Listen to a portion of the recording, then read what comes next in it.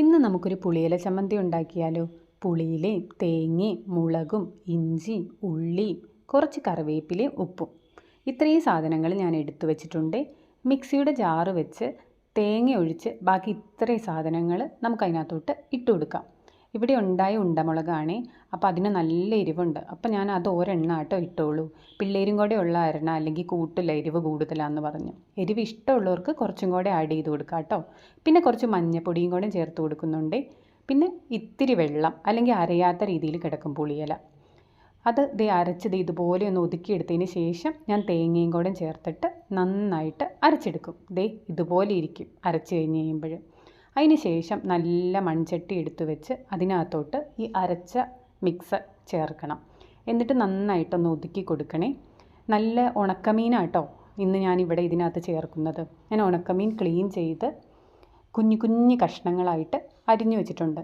ആദ്യം ഇതൊന്ന് നന്നായിട്ട് ഇങ്ങനെ ചേർത്ത് വെക്കണം. അതിന് ശേഷം ഉണക്കമീൻ ഇട്ടു. അപ്പോൾ ഉപ്പ് ആദ്യം ഇടുമ്പോൾ, ഉണക്കമീനാണെങ്കിൽ അതിന് ഉപ്പുണ്ടല്ലോ, അപ്പോൾ അതനുസരിച്ചാണ് ഉപ്പ് ചേർത്ത് കൊടുക്കാവുള്ളൂ. ഇല്ലെങ്കിൽ നമുക്ക് ആവശ്യം ഉണ്ടെങ്കിൽ നമുക്ക് പിന്നീട് ആഡ് ചെയ്ത് കൊടുക്കാം. പിന്നെ കുറച്ച് കറിവേപ്പിലയും പച്ച വെളിച്ചെണ്ണയും കൂടി ഒഴിച്ച് ഇത് അടുപ്പത്ത് വെച്ച് പറ്റിച്ചെടുക്കണം. അപ്പോഴത്തേക്കും കുഞ്ഞൂട്ടൻ വാഴയിലേക്കായിട്ട് വന്നിട്ടുണ്ട്. ആ വാഴയിലേക്കകത്ത് പറ്റിച്ച് വെച്ചിരിക്കുന്ന ഈ മിക്സ് ഇതുപോലെ പരത്തി ഇങ്ങനെ മടക്കി എടുത്ത് വെക്കണം. അതിന് ശേഷം ഫ്രൈയിങ് പാൻ അടുപ്പത്ത് വെച്ച് കുറച്ച് വെളിച്ചെണ്ണയൊന്ന് ഒഴിച്ച് അതിനകത്തോട്ട് ഈ വാഴയിലയിൽ മിക്സ് ചെയ്ത് വെച്ചിരിക്കുന്ന പുളിയില എടുത്ത് വെച്ച് കൊടുക്കണം.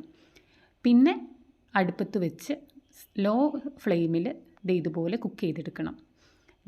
ഒരു സൈഡ് നന്നായിട്ട് ആയി കഴിഞ്ഞ് കഴിയുമ്പോൾ ജസ്റ്റ് തിരിച്ചും മറിച്ചും ഒക്കെ ഇട്ട് നമുക്ക് സെറ്റ് ചെയ്തെടുക്കാം. ഇവിടെ എന്നെ സഹായിക്കാൻ കുഞ്ഞൂട്ടനാണേ വന്നിരിക്കുന്നത്.